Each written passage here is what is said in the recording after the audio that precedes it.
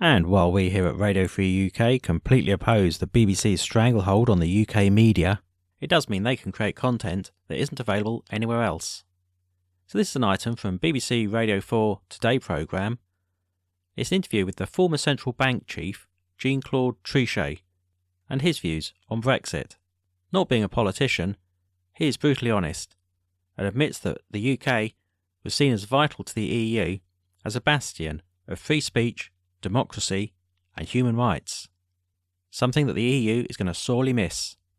But EU politicians were just too proud to admit it and make any concessions. Not that any concession would have swayed my vote. Brexit ho! You're listening to a podcast from the Today programme on BBC Radio 4. The man who used to run the European Central Bank has been lamenting Britain's departure from the European Union. More on that, Tanya? Yes, good morning. I was trapped in a room with a very disgruntled Frenchman earlier in the week. It's not a very good position to be in. We now have a timetable, as we know, to leave the European Union. How do we keep our closest neighbours sweet as we do it? As I say, I went to speak to Jean-Claude Trichet, who was president of the European Central Bank from 2003 to 2011, which of course encompasses the financial crisis. We met in the Banque de France. It's not for me to give any advice to Britain. My only advice was, don't leave. Please don't leave. You are in a situation where the 27 that are the other members of the European Union are asking you to stay. All 27. We want her, if I may, to stay because we wanted the sanctuary of democracy, which is the UK, in. We wanted the sanctuary of market economy in the European Union. And we wanted, I would say, also the sanctuary of civil liberties and human rights. And it's a French citizen who is speaking, so we share, of course, those values. But the UK, from that standpoint, was considered, of course, a very, very important European. Well, you decided to leave, and as you say, it is a democratic decision. Very unfortunate, in my opinion, to have asked the people such a question. Perhaps the question should have been different. Perhaps the question should have been, are we to improve European Union on this and this and that line? But unfortunately, it was a yes and no. The people said no, which expresses a frustration which we see in all advanced economy, by the way. And it was a way for the British people to express this frustration. But now, up to you.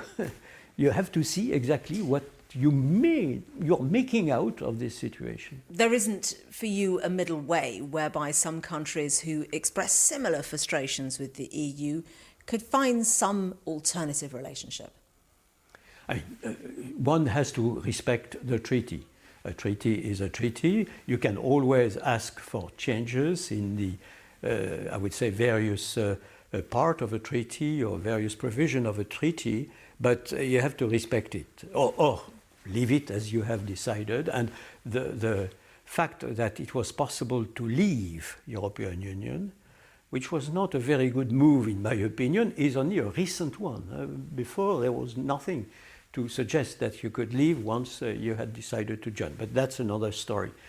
So I can only say that now that the UK has decided to leave, let's see exactly what is the negotiation.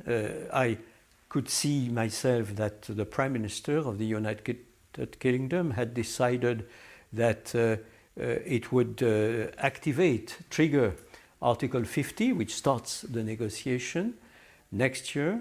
I would have preferred personally beginning of next year and not end of March, if I'm not misled.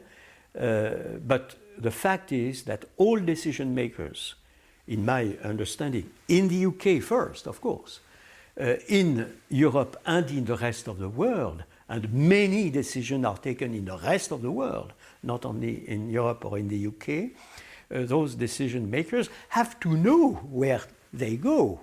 So reducing or eliminating uncertainty as rapidly as possible is, of course, a must.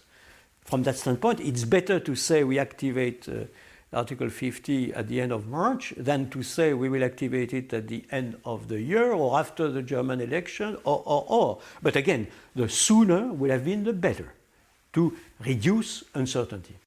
Well, very little doubt there from the former president of the European Central Bank, Jean-Claude Trichet. You can hear more of that interview after 7 o'clock, where I ask for his views on the troubles faced currently by the German bank, Deutsche Bank. You can listen to more free content from the Today programme by going to www.bbc.co.uk/today.